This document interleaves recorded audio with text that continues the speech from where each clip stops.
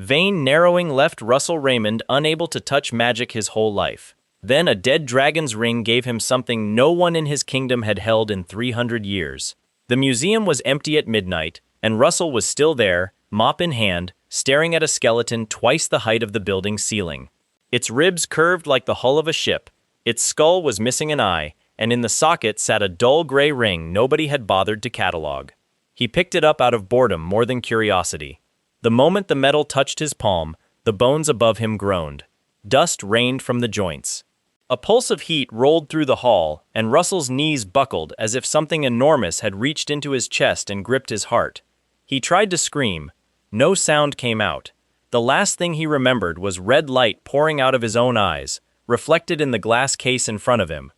To understand why a museum cleaner touching an old ring meant so much, it helped to go back to where Russell started, and how far he had fallen before that night. He was born the heir of House Raymond, a family with land, a private tower, and a father who commanded respect wherever he walked. None of that mattered once the doctors found the problem in Russell's veins. His mana channels were narrow, twisted, closed in on themselves. Healers called it vein narrowing, a disease so rare that most of them had only read about it in old journals. It meant magic could enter his body but never move through it. For a noble family whose entire worth was measured in spellcraft, a son who couldn't cast was worse than no son at all. Russell tried anyway. He sat through every private lesson his father paid for, failed every one, and watched the other children at Walker Hill Academy pass him by year after year. Teachers stopped calling on him. Servants stopped bowing as deeply. Then came the war, and with it, the accusation that ended everything. Word spread that Alex Raymond, Russell's father, had abandoned his post on the battlefield, leaving the kingdom's elite forces to be slaughtered without him. The palace stripped the family of its title within a month. Their estate was sold for a fraction of its worth to cover the shame. Alex died soon after, broken by a name he never got the chance to defend. Russell was 15 when he lost the only home he'd known. By 19, he was fighting other people's wars for coin, a mediocre mercenary with no magic and a sword he barely knew how to use. He drifted from job to job, took the beatings other men refused, and slept in barracks that smelled of mud and old blood. He used to be quick to smile.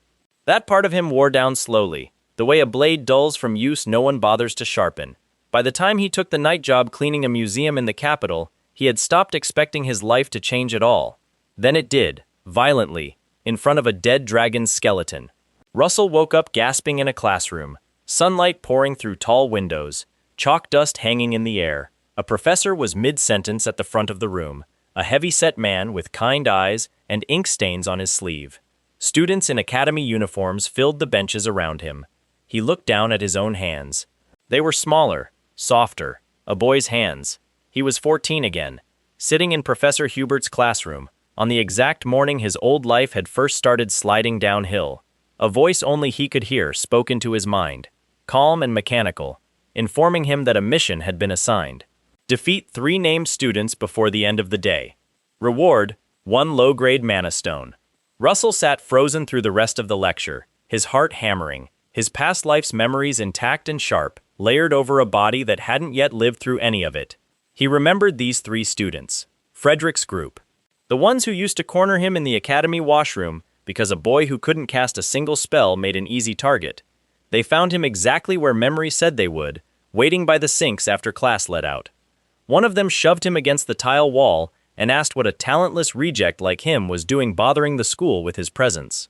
Russell didn't answer. He didn't need magic for what came next. Years of surviving mercenary camps had taught his body things this soft academy bully had never faced. He caught the first punch before it landed, twisted the boy's arm until he dropped, and put the second one down with a single strike to the ribs. The third ran. Within a minute, 2 students who had spent years mocking him were groaning on the bathroom floor, and Russell Raymond hadn't cast a single spell to do it. Word didn't spread far. To the rest of the academy, it was just a rumor about the vein-narrowed boy finally snapping. Nobody guessed the truth. They had no reason to. As far as anyone at Walker Hill knew, Russell was still the same hopeless case who couldn't move mana through his own blood. What they didn't know was that somewhere inside him now, buried in an ancient dragon's ring absorbed into his soul, sat power that hadn't existed in this kingdom for centuries. The system chimed again in his mind, awarding him his first mana stone, a dull red pebble that appeared in his palm out of nowhere. He remembered, from a life that hadn't happened yet in this timeline, 2 forbidden manuals he'd once traded half his savings for as a broke mercenary. Overrain, a technique that physically widened the body's mana pathways through brutal conditioning. Wizard Body, a method that slowly turned muscle tissue itself into functional veins for mana to travel through. In his old life, he'd learned them too late, a grown man trying to undo damage set in childhood. Now he had them at 14, with decades still ahead of him, and a system feeding him magic stones like fuel. That night in his dorm, alone, Russell placed the mana stone against his tongue and chewed. It tasted like scorched metal and lightning. Heat spread down his throat, pooled behind his ribs, and settled into the tight, twisted knot of a mana circle that had strangled him since birth. For the first time in either of his lives, something moved. A thread of raw red mana crept into the circle around his heart, forcing the narrow channel open by a fraction. It wasn't a cure, it was a crowbar wedged into a door that had been welded shut. Russell sat on the floor of his dorm room afterward, shaking, grinning like an idiot nobody was around to see. Professor Hubert noticed the change before anyone else did. He assigned Russell a dense theoretical report on mana circulation, the kind meant to weed out students who weren't serious, expecting nothing back but a rushed, half-finished mess. Instead, Russell handed in a paper built on decades of a mercenary's hard-earned magic theory, absorbed secondhand from healers, deserters, and old battle mages he'd bled beside for coin. Hubert read it twice before calling Russell to his office. He didn't accuse him of cheating. He simply looked at the boy across the desk with new interest and asked where a student with no magical talent had learned to think like this. Russell said he'd been reading. Hubert didn't fully believe him, but he pushed the report through anyway, and with it came something Russell hadn't earned through blood status in years: access to the Academy's restricted faculty library. It was a small kindness. It mattered more than Hubert would ever know. In Russell's other life, nobody had opened a door for him without expecting something back. Hubert just wanted to see a struggling boy do well. The training that followed was ugly and repetitive in a way no recap could make exciting scene by scene, so it was better told in the shape it actually took. Russell ran 5 kilometers every morning before class, rain or clear sky, following the physical half of Overrain to the letter. His legs screamed for the first 2 weeks. By the third, his lungs had stopped burning, and his stride had gone quiet and even, the kind of quiet that meant a body was finally listening to what was asked of it. At night, he sat cross-legged on his dorm floor, breathing mana through the widening thread in his chest, feeling Wizard Body inch through his tissue one stubborn fiber at a time. He kept a private tally of every mana stone the system handed him for finishing his missions, and by the end of the first month, he had 11. Anton Frederick found him outside the training hall before that week's practical combat class, flanked by the same 2 friends who still hadn't fully recovered from the washroom. Frederick was the kind of student who never needed real skill, only a family name and a ring that lent him borrowed fire whenever his own magic ran short. He told Russell that whatever lucky trick he'd used in the bathroom wouldn't save him on an actual dueling floor, where real magic decided who walked away standing. Russell just looked at him and said nothing, which annoyed Frederick more than any insult could have. That night, Russell made a decision his old mercenary self would have called reckless. Healers always warned that stacking raw mana stones too fast could tear apart channels that weren't ready for the load. Russell didn't have channels built the ordinary way anymore. He lined up 10 stones on his desk, and one by one, he chewed through all of them without pausing to check what his body could handle. The pain arrived in a wave that folded him over his own knees. Every inch of the pathway Overrain had carved through his muscles lit up at once, mana roaring through tissue that had spent 14 years starved of it. For a moment, Russell was certain he'd made a mistake that would kill him in his sleep. Then something in his chest cracked open, not painfully this time, but like a held breath finally releasing. A pillar of red light tore out through the gap in his dorm window and lit up the courtyard below for 3 full seconds before fading. Somewhere down the hall, a proctor on night duty jolted upright, convinced a student had set off an illegal spell. By the time anyone reached Russell's room, there was nothing to find but a boy asleep on the floor, exhausted, 1 circle stronger than he had been an hour earlier. He had broken into the 2nd circle in a single night, a jump most Academy students needed a full year of steady training to earn. Hubert tested him properly not long after. calling him in for an oral examination meant to gauge basic spellcraft. Where most second circle students could barely hold a stable flame the size of a coin, Russell shaped his fire into a narrow, controlled arrow, the kind of precision usually reserved for students 2 ranks above him. He explained the underlying formula without hesitation, mixing amplification and control theory. Hubert hadn't expected a boy this age to grasp so cleanly. Watching from the observation gallery that day was Daria Snow White, master of the Flame Tower, a woman who looked barely past 30, despite having lived closer to 80 years. She said nothing to Russell directly. She simply watched him longer than she watched any other student that afternoon, filing his name away for later. None of that reached Frederick's ears before the 2 of them were paired for the Academy's public arena match, the kind of practical combat test where the entire year's cohort came to watch. Frederick walked in expecting an easy win over the boy everyone still whispered about as talentless. He brought his usual setup, twin flame spears summoned through his family ring, backed by a fireproof shield meant to trap Russell inside a wall of heat with nowhere to run. Russell let him build the trap. He waited until Frederick was fully committed to the shield, mana already spent shaping it, before canceling his own half-formed fire arrow mid-cast and swapping it for a second circle wind spell instead. The gust caught Frederick square in the shield's blind spot, sending both him and his carefully built wall of flame tumbling out past the arena boundary in front of the entire year. For a long second, nobody in the stands said anything. Then the noise broke loose. Students who used to beg Russell to be picked as an easy grade booster, now staring at him with their mouths open, watching the reject knock their tower's favorite bully flat with a single spell. Frederick climbed to his feet, humiliated, and demanded a second match on the spot. Russell agreed. It didn't take long. What began as one duel turned into a run the Academy would talk about for weeks, Russell taking on challenger after challenger, who lined up to test the rumor for themselves, each one falling a little faster than the last, as his control sharpened match by match. Frederick refused to let the story end with one loss. He returned to the arena 3 more times over the following days, each attempt worse than the last for him. Russell figured out his patterns without much effort. Frederick liked to open with a feint, a burst of controlled heat meant to draw a defensive reaction, then follow with his real attack a half-second later. Once Russell saw the trick once, it stopped working entirely. By his 6th match against Frederick's circle of friends, he wasn't even bothering to counter with fire anymore. Lightning did the job faster, arcing low across the stone floor and catching ankles before an opponent's shield ever finished forming. Other students started signing up just to watch, then started signing up to fight him themselves, hoping to be the one who finally cracked the pattern. None of them did. Russell's win count climbed past 10 without a single loss, and by the 14th straight victory, even the proctors running the arena had stopped pretending this was ordinary. A boy diagnosed with a channel disorder that should have kept him from casting a single stable spell was dismantling the year's strongest names one at a time, calm each time, never gloating, never explaining how. The system rewarded the streak with something new. A quiet notification unfolded in Russell's mind that night, informing him a storage compartment had been unlocked. A small pocket of space tucked into nothing, accessible only to him. He tested it in his dorm room, reaching into empty air and feeling his hand pass into a space that shouldn't exist, cool and dark, holding exactly nothing yet somehow already his. Tucked inside, waiting, was a folded map he hadn't put there. Old parchment, brittle at the edges, marked with a single circled location along the southern coast, Maldiva.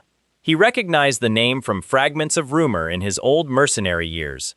A coastal town people spoke of carefully, tied to old ruins nobody had fully mapped.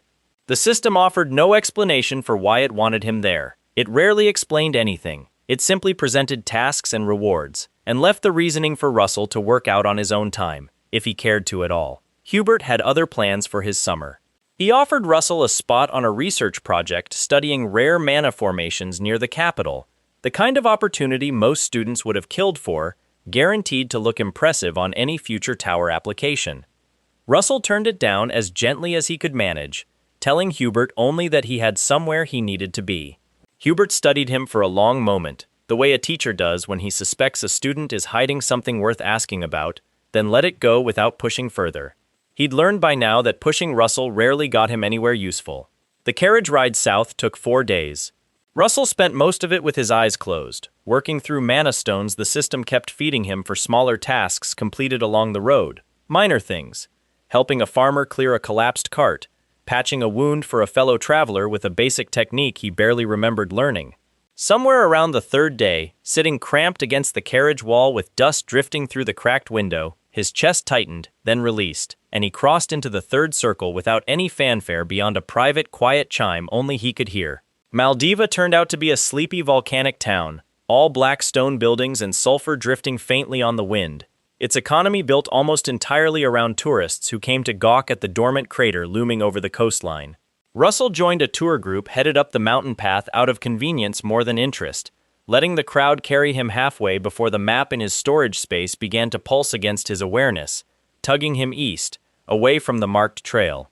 He slipped off from the group during a rest stop, nobody noticing one more tired traveler falling behind. The map's eye-shaped marker floated just ahead of him now, faint and golden, leading him along a narrow ridge the tourists never walked.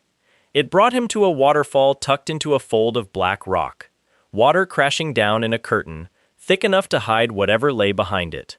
Russell drew a small blade of wind mana and cut a gap through the falling water, stepping through into a hidden cave mouth that smelled of ash and something older than ash, something that had been sealed away a long time. The tunnel narrowed fast. 20 steps in, a low hiss echoed off the walls, and something enormous shifted in the dark ahead, scales catching the faint red glow of embedded volcanic rock. A Komodo lizard the size of a small horse lunged out of the shadows, jaw wide enough to take his leg off in one bite. Russell threw himself sideways, rolling hard against the tunnel wall, feeling hot breath pass close enough to singe the hair on his arm. He didn't fight it. He ran instead, sprinting deeper into the cave with the creature's claws scraping stone behind him, until the tunnel opened suddenly into a wide chamber, and the lizard, bound by whatever old ward guarded the place, refused to cross the threshold, snarling uselessly at the edge of the light. 2 stone statues flanked the chamber's far wall, carved in the shape of armored guardians, eyes glowing faint blue. A pulse of magic swept over Russell as he approached, scanning him the way a border checkpoint might, measuring something about the mana signature buried in his blood. For a moment nothing happened, and Russell wondered if he'd walked all this way only to be turned back by a pair of ancient statues. Then the blue light flared, the wall between them dissolved into mist, and the floor beneath his feet vanished. He didn't fall so much as get pulled downward, weightless for a heartbeat before landing hard on packed ice. The chamber around him was subterranean, lit by pale crystal veins running through frozen walls, and the moment he tried to reach for lightning out of instinct, the spell simply refused to form. The attribute locked out entirely. Wind failed the same way a second later. Whatever trial this was, it had already decided which tools he was allowed to keep. Fire still answered him, thin and reluctant in the freezing air, but it answered. Russell remembered a formula from his mercenary years, one he'd only ever used once, in a fight he barely survived. He layered 3 techniques together: amplification to widen the flame's reach, replication to split it into multiple threads, compression to force all that fire down into a single dense point.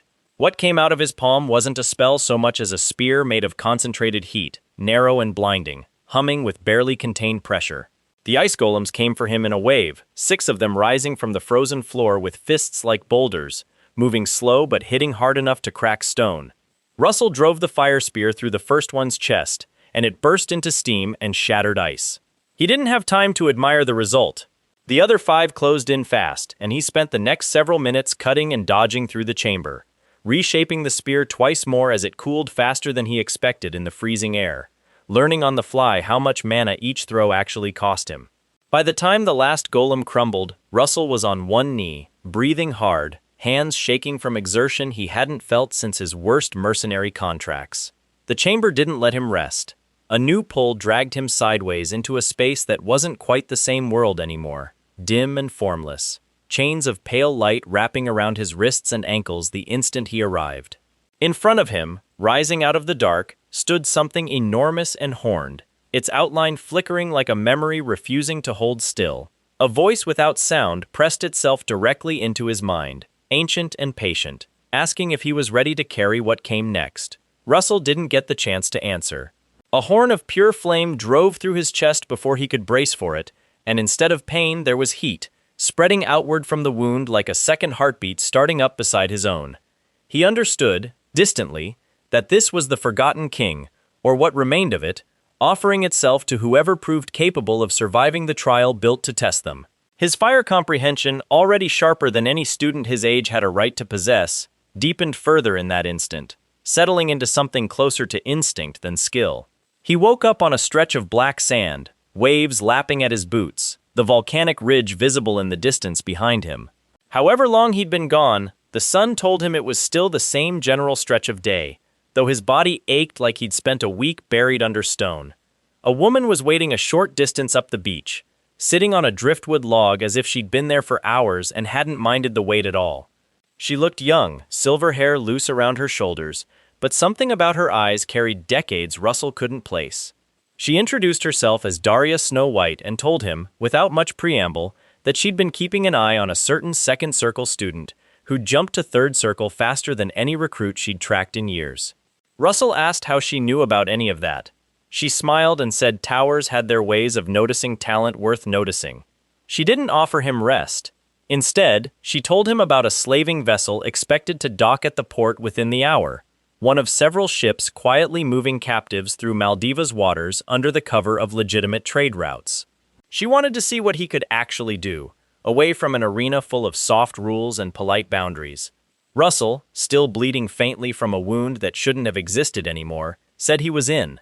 The docks that night were crowded with dock workers and drunk sailors, none of them looking twice at a young man slipping along the shadowed edge of the pier. Daria created a distraction first, conjuring a handful of burning wood constructs shaped roughly like dwarves, sending them stumbling and sparking across the main dock to pull every guard's attention toward the spectacle. While the pirate crew scrambled to put out fires that weren't spreading the way real fires should, Russell dropped down into the ship's lower hold through a service hatch nobody had bothered to lock. The air below deck was thick and foul, salt and rot, and something worse underneath it. He found the first two guards playing cards by lamplight and put them both down with a quick, controlled lightning strike before either could shout. Further in, past a locked door he burned through with a narrow jet of flame, he found the cells. Rows of them, packed tight, faces pressed to the bars in the dark. Among them, chained separately from the rest, was a woman with silver hair and pale, sharp features unmistakably not human, an elf, marked by ears that curved higher than any Russell had seen. She gave her name as Lady Ello, leader of something called the White Ash Tribe, and asked, with more calm than Russell expected from someone locked in a slaver's hold, whether he intended to free the others too, or just stand there staring. He got to work on the locks immediately, embarrassed into motion, working down the row of cells while Ello watched him with an unreadable expression that wasn't quite gratitude yet. He didn't get the chance to finish the last cell. A blade came down out of the dark aimed at his neck, and Russell barely twisted away in time, feeling the edge catch his shoulder instead of his throat. The man behind it was older, scarred, moving with the trained economy of someone who'd actually held a knight's rank before disgrace stripped it from him. He introduced himself as the ship's vice captain, and the iron sword in his hand carried a faint gray sheen Russell recognized too late as a ward against electrical conductivity, built specifically to counter mages who relied on lightning. Russell backed off fast, reaching for a defensive technique he hadn't used since his mercenary years, a shield stacking method he'd once watched an older fighter use to survive an ambush that should have killed him. He layered 3 thin barriers instead of 1 thick one, letting each absorb a fraction of the impact rather than trying to stop it outright. The vice captain's blade shattered the first 2 barriers in 2 brutal strikes, forcing Russell backward through the narrow corridor, sparks and splinters flying from the walls around them. The third barrier held just long enough. Russell dropped low under the next swing, reshaping his fire spear on instinct, driving it upward into the vice captain's exposed side before the man could recover his stance. The fire caught the lower cabin's dry wood support beams a moment later, flames licking up toward the ceiling far faster than Russell had planned for, and the vice captain went down hard, the blade slipping from his grip as smoke began filling the narrow hold around them both. Smoke rolled thick through the corridor, and Russell didn't waste time congratulating himself. He grabbed Ello's still shackled wrist, burned through the last 2 locks with a controlled flick of heat, and started herding the freed captives toward the service hatch he'd dropped in through. Most of them could barely stand after however long they'd spent chained in the dark, and Russell found himself half carrying an old man up the ladder while flames licked closer behind them, eating through timber that had gone dry and brittle from years at sea. They broke onto the deck into chaos. Daria's burning wood constructs had drawn most of the crew toward the bow, but a few sailors near the stern spotted the line of escaping prisoners and shouted an alarm that spread fast. Russell didn't have the strength left for a drawn-out fight. He threw a wide, low arc of wind instead, sweeping 3 approaching sailors off their feet and into a stack of cargo crates, buying just enough time to get the last of the captives over the side and down a rope ladder to the waiting dinghies below. Daria met him on the pier once the fires had drawn enough of a crowd that the ship's remaining crew gave up any thought of chasing down witnesses. She looked over the freed prisoners being loaded onto a covered cart, then looked at Russell, singed and bleeding and barely upright, and told him simply that he'd done well. It wasn't effusive. It didn't need to be. Something in the way she said it told Russell she didn't hand out that kind of approval often. Elo lingered near him longer than the others, watching him with the same unreadable look she'd worn back in the hold. She didn't thank him in so many words. Instead, she asked what he was, plainly, without any of the caution the rest of the freed captives showed around a stranger with fire still smoking faintly off his sleeves. Russell didn't have a good answer for her. He said he was just a student, which was true and also not nearly the whole truth, and left it there. With the port authorities finally arriving to deal with the wreck of a ship still burning at the dock, Daria pulled Russell aside and told him he needed somewhere to recover that wasn't a rented room above a tavern. She knew, somehow, exactly which family he came from, and mentioned in passing that the old Raymond estate sat empty on the edge of town, sold off years ago to a merchant family who'd since moved on and left it mostly abandoned. Russell hadn't known it was here, in Maldiva of all places, this far from the capital. He hadn't known his family had owned property out here at all. He found it the next morning on his own, a modest manor half swallowed by overgrown hedges, shutters hanging loose on rusted hinges. Walking through the front gate felt strange in a way he didn't have words for yet, like stepping into a memory that belonged to someone else's childhood. He claimed it without asking anyone's permission, since no one seemed to be using it, and began clearing out enough of the dust and rot to make a few rooms livable. Daria showed up 3 days later without warning, letting herself through the gate like she owned the place too. She told Russell that healing his shoulder wasn't the priority anymore. What she wanted to teach him now was something most third circle students weren't even shown existed: a spatial displacement technique, the flame tower called Blink, a short, controlled tear through space that let a skilled caster cover several meters in an instant. She warned him plainly that most students who tried it too early ended up leaving a hand or a foot behind in whatever gap they failed to close properly. The training was brutal in a different way than anything Russell had done before. It wasn't about strength or endurance. It was about precision, about holding a single unbroken thread of intention through a spell that punished the smallest hesitation. He spent the first week failing to open even a stable inch of the tier, mana slipping out of his control every time he tried to force it. Daria didn't coddle him through the failures. She corrected his form with blunt, short instructions and let him fall on his face as many times as it took. Elo stayed at the estate too, in a spare room near the back that had once belonged to a servant, though nobody had told her to, and nobody asked her to leave. She said she wanted to see this through, whatever this was, and Russell didn't argue. There was something about having her nearby that steadied him in a way he didn't examine too closely. It was Elo who suggested, a week into the Blink training, that his real problem wasn't technique at all. She'd noticed something in him during their first meeting in the ship's hold, a kind of pressure sitting behind his eyes that never fully let go. She offered to guide him through a spirit technique her people used, a way of walking a caster's own subconscious to clear whatever blockage sat beneath the surface. Russell wasn't sure he liked the idea of anyone poking around inside his own head, but Daria backed the suggestion, telling him plainly that no amount of physical training would fix a mind still fighting itself. The ritual took place in the estate's overgrown garden, under a sky gone dark early with storm clouds. Elo sat across from him, her palms pressed lightly against his temples, murmuring words in a language Russell didn't recognize. The world around him dissolved into gray nothing, and for a moment he thought the technique had simply failed to do anything at all. Then the ground beneath him gave way, and he was falling through memory instead of space. Flashes of his father's face, drawn and gray in the weeks before his death. The auctioneer's voice selling off his childhood home piece by piece. Years of mercenary camps blurring together into one long gray stretch of cold nights and worse mornings. All of it pooled at the bottom of his mind into something that looked, from where Elo stood watching, like a whirlpool of black water, churning and violent, pulling everything nearby down into it. She tried to guide him around its edge the way the ritual was supposed to work, and the whirlpool lashed out instead, a surge of raw grief and buried rage crashing over both of them hard enough to break the connection entirely. Elo came out of the trance gasping, tears already falling before she'd fully opened her eyes, and it took her a long moment to explain what she'd felt. She told Russell, quietly, that she hadn't expected to find that much pain sitting under the surface of a boy who always looked so composed. Daria called off the training for the week after that, though not out of pity. She told Russell instead that he wasn't allowed to touch a single spell for 7 days straight, no fire, no lightning, nothing. If his mind wouldn't hold still long enough for the spirit walk to work, she said, then maybe his mind needed something other than more magic thrown at it. What she assigned him instead was work. Real, physical, unglamorous labor around the estate grounds, alongside the handful of village workers Daria had quietly hired to help restore the place. Russell mucked out the old stable, hauled stone for a collapsed section of wall, and spent long afternoons weeding a garden that hadn't been tended in years. Nobody among the workers knew or cared who his family used to be.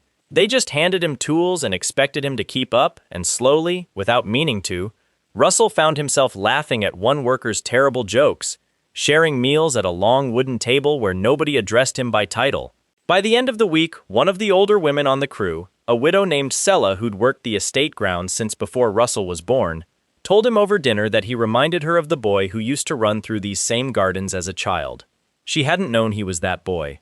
When Russell told her, quietly, she just nodded and said it explained something about the way he carried himself.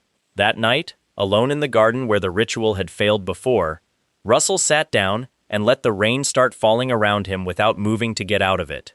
He thought about Sella's kitchen table, about the mercenary camps, about his father's face, and something in his chest finally cracked open the way it hadn't during the guided ritual. He cried harder than he had in either of his lives, and when it passed, something in the whirlpool at the bottom of his mind had gone quieter too. He found Elo the next morning and asked her to try again. This time, when the whirlpool rose up to meet them, Russell didn't try to walk around its edge. He used the blink technique Daria had spent 2 weeks drilling into him, closing the distance in a single sharp tear through the dark water instead of skirting it, landing on the other side before the current could pull him under. Waiting there, past the whirlpool, was a small shape curled tight against the floor of his own mind, scales the color of dying embers. A dragon spirit, barely larger than a cat, cracked one eye open and looked at him like it had been waiting a very long time for someone to bother showing up. Russell reached out without thinking twice, and the spirit pressed its snout into his palm, and a bond settled into place between them that felt, oddly, like something coming home rather than something new. He decided to call it Pepper, for no better reason than it seemed to fit. Tower selections were still weeks away when Russell packed up what little he'd brought to Maldiva and said his goodbyes at the estate gate.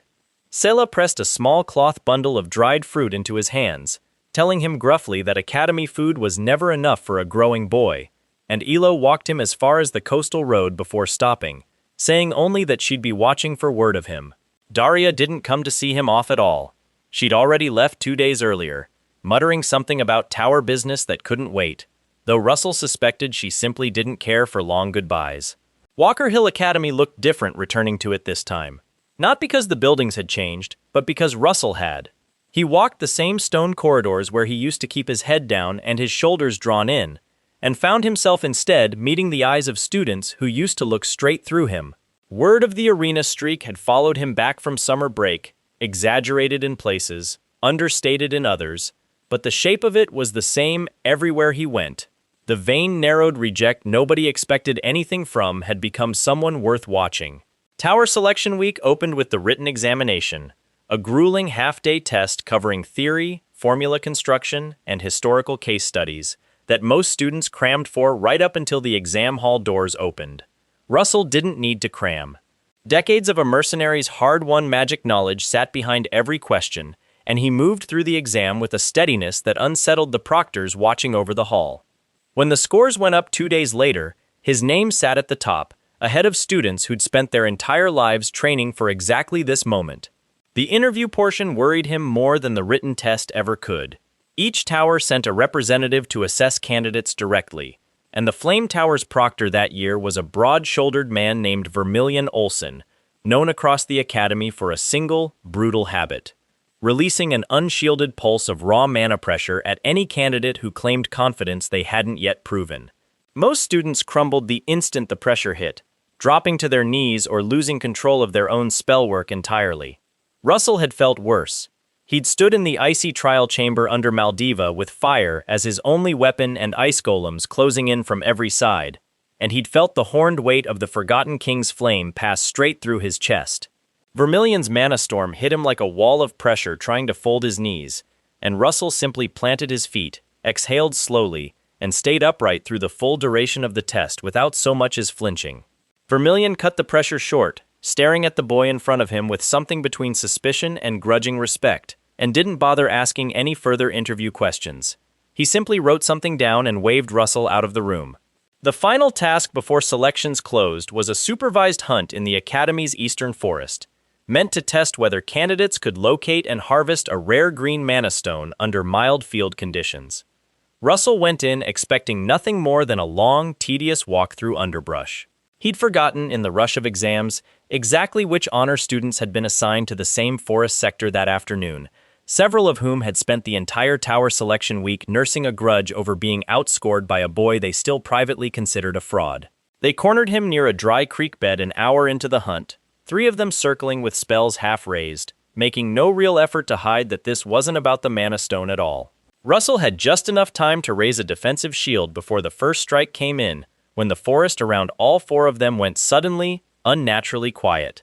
The ground split open 20 meters off, black cracks spreading fast through the soil, and gray hands began clawing their way up into the daylight.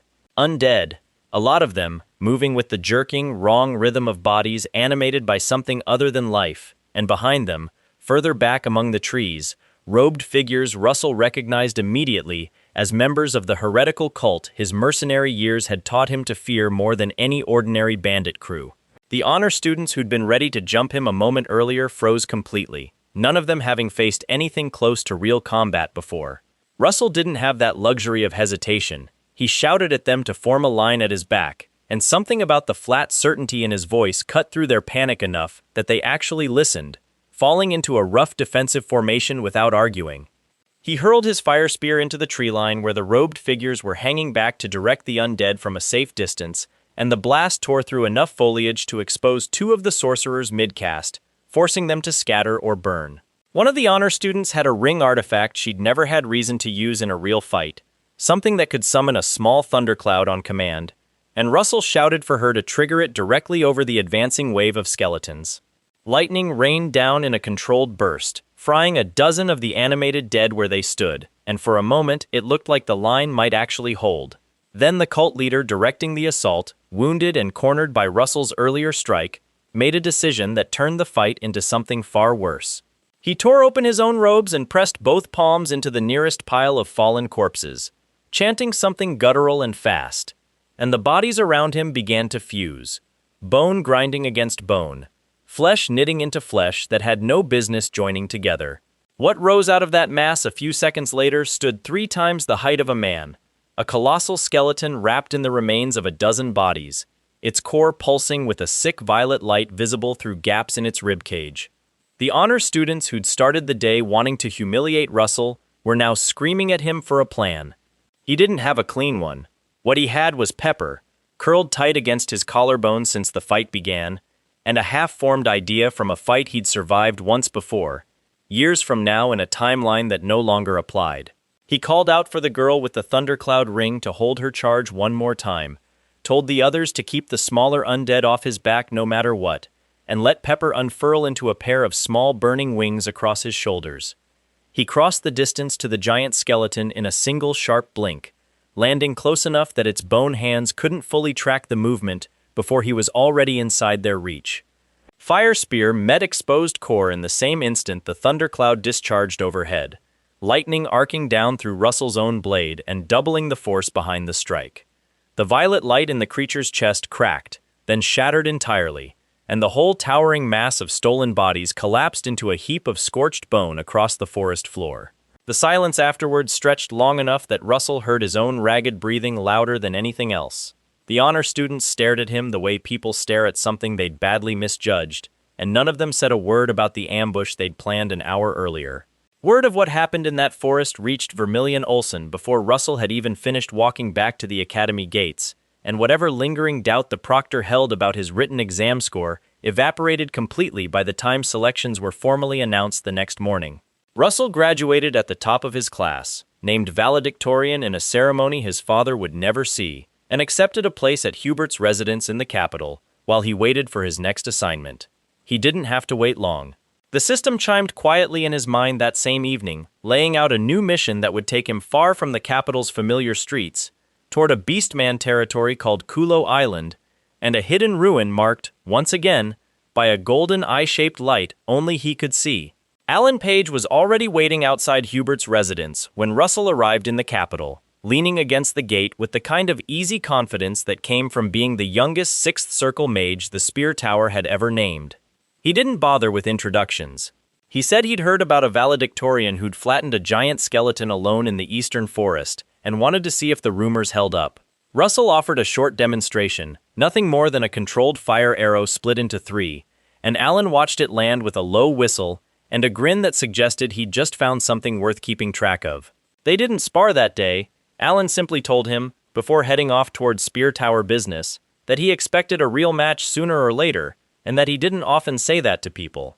The system's next mission waited for Russell at the capital's Grand Museum, tucked behind a glass case labeled only as an unidentified desert relic. A quiet notification unfolded in his mind the moment he stepped close to it, marking the object as a fragment tied to something called a dragonfolk heart, buried deep in ruins far south of the capital, in territory the map still labeled as unclaimed desert.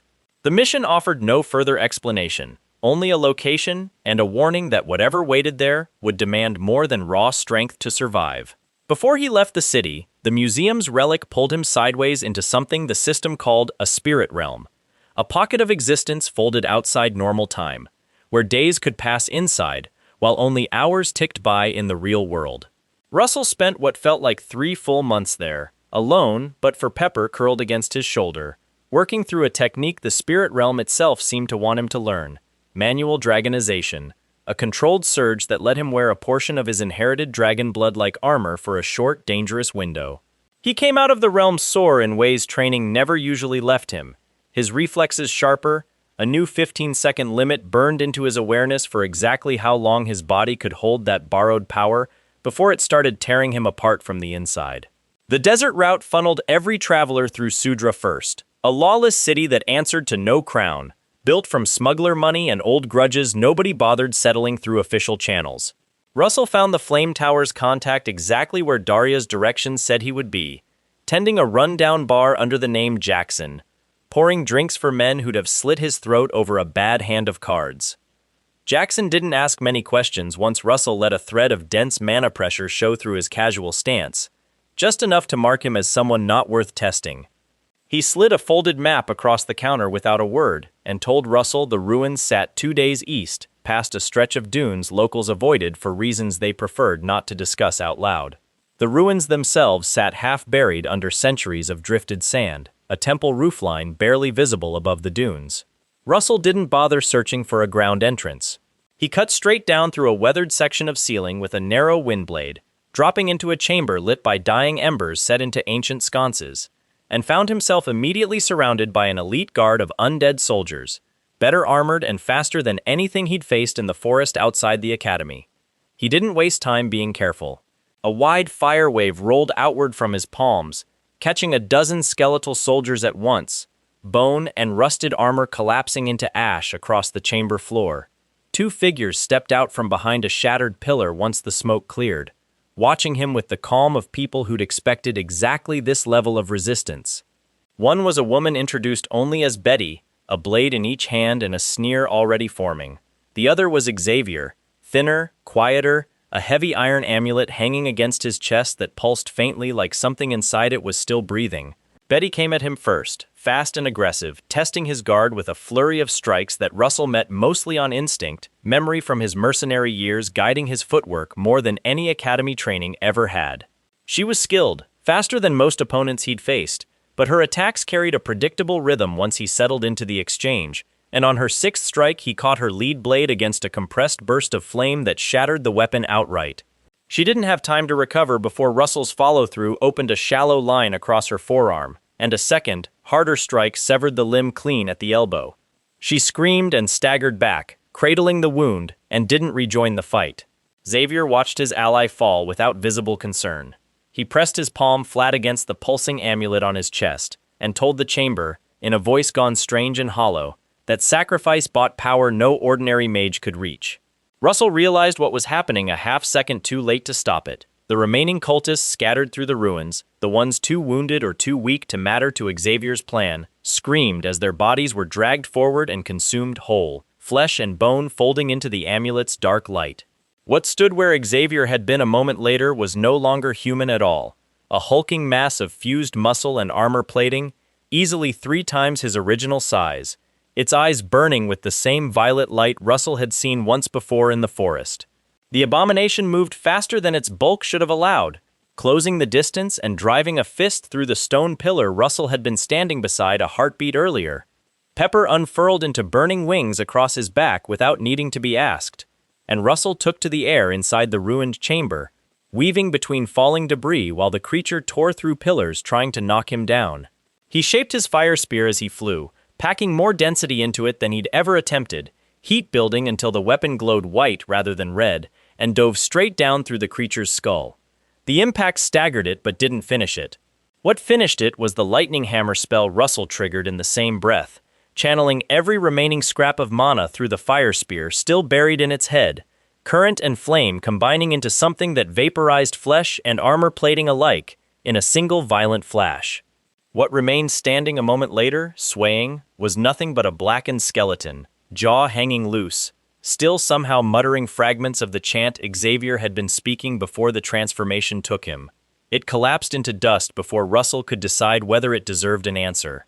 He barely had time to catch his breath before a new presence made itself known at the ruin's entrance, a lone figure silhouetted against the desert light, moving with a stillness that felt more dangerous than anything Russell had faced inside the temple. The man introduced himself as Spandon, disciple of the Empire's reigning swordmaster, and made no effort to disguise why he'd come. Word had reached him of a student tearing through cult forces well above his supposed rank, and he wanted to see the truth of it firsthand, with a blade rather than words. Russell stacked 5 layered shields the instant Spandon moved, remembering the vice-captain's blade back on the slave ship, and doubling down on the same principle that had saved him then. It wasn't enough. Spandon's first strike released a wave of what looked like crimson mist made solid, flying blood, given the edge of a weapon, and it tore through all 5 shields in a single unbroken motion, forcing Russell backward across the sand hard enough to leave him gasping. He didn't have room left for careful technique. Russell triggered his dragonization, the borrowed weight of ancient blood settling over his limbs, his 15-second window ticking down the instant it began. Spandon's speed, boosted by his own aura, was still visibly faster than anything Russell could match head-on, so he stopped trying to match it directly. He shaped the sand and stone beneath Spandon's feet instead, twisting the local gravity into a shallow pit that dragged at the swordsman's stance just enough to slow his next strike by a fraction of a second. It was enough. Russell closed the gap with everything his borrowed dragon strength could give him, and unleashed a 6th circle volcanic technique he'd never dared attempt outside the spirit realm's training, a spell simply called melting, pouring raw heat directly into the ground beneath Spandon's boots, until the sand itself turned liquid and glowing. Spandon's aura burned bright trying to hold against it, and for a moment it looked like he might tear free entirely, before the heat overwhelmed whatever defense his blood-based technique could muster, and the swordsman went still, consumed by a spell that left nothing behind to bury. Russell's dragonization window ran out 3 seconds later, and he dropped to his knees in the cooling sand, drained in a way even the desert heat couldn't explain. Pepper landed beside him, wings folding back into a small curled shape against his side, and for a long while neither of them moved. Word of the ruins, the cultists, and a swordsman who never returned from the desert reached the capital long before Russell did. By the time he walked back through the palace gates, dust still clinging to his boots, an invitation was already waiting for him to attend the Magic Tower Council as Hubert's assistant, a formality meant to ease him into the political machinery that governed the kingdom's mages. The council chamber was colder than Russell expected, all polished stone and old portraits watching from the walls. He'd barely taken his seat near the back when Master Blaine Trilogy rose from his place at the head table, robes immaculate, voice carrying easily across the hall as he brought up an excavation assignment recently opened at a newly discovered site on Mount Calvin. Blaine's gaze found Russell before he'd finished the sentence, and what came next wasn't subtle. He reminded the room, at length, that House Raymond's name still carried the stain of desertion and treason, that Alex Raymond had abandoned his post and let the kingdom's finest soldiers die for his cowardice, and that no assignment of this importance should go anywhere near his son. The chamber went quiet in the particular way rooms go quiet when everyone present already knows the accusation is a lie, and nobody wants to be the first to say so. Russell felt something old and familiar rise up in his chest, the same helpless fury he remembered from his other life, watching his family's name get dragged through the mud by men who'd built their own power on the lie. He didn't get the chance to respond before the chamber's side doors opened and Princess Hecate walked in, dressed plainly enough that half the council hadn't recognized her until she spoke. She didn't raise her voice. She simply informed the council, with the flat authority of someone who outranked every person in the room, that the Crown had already reviewed the historical record on House Raymond's conduct and found the previous ruling incomplete. She overrode Blaine's objection on the spot, appointing the Flame, Spear, and Red Towers jointly to guard the Mount Calvin site, with Russell included among the assigned assistants whether Blaine approved or not. Blaine's jaw tightened, but he said nothing further, sitting back down with the stiff posture of a man recalculating his next move rather than accepting defeat. Russell caught the princess's eyes across the chamber for only a moment before she turned to leave. Something passed between them that felt heavier than a simple political favor, though neither of them acknowledged it in front of the council. Blaine's gaze, meanwhile, lingered on Russell far longer, cold and calculating, the look of a man who had just been publicly humiliated in front of his peers, and would not forget who had caused it. 3 days later, Russell arrived at the base camp on Mount Calvin alongside a mixed team from all 3 towers.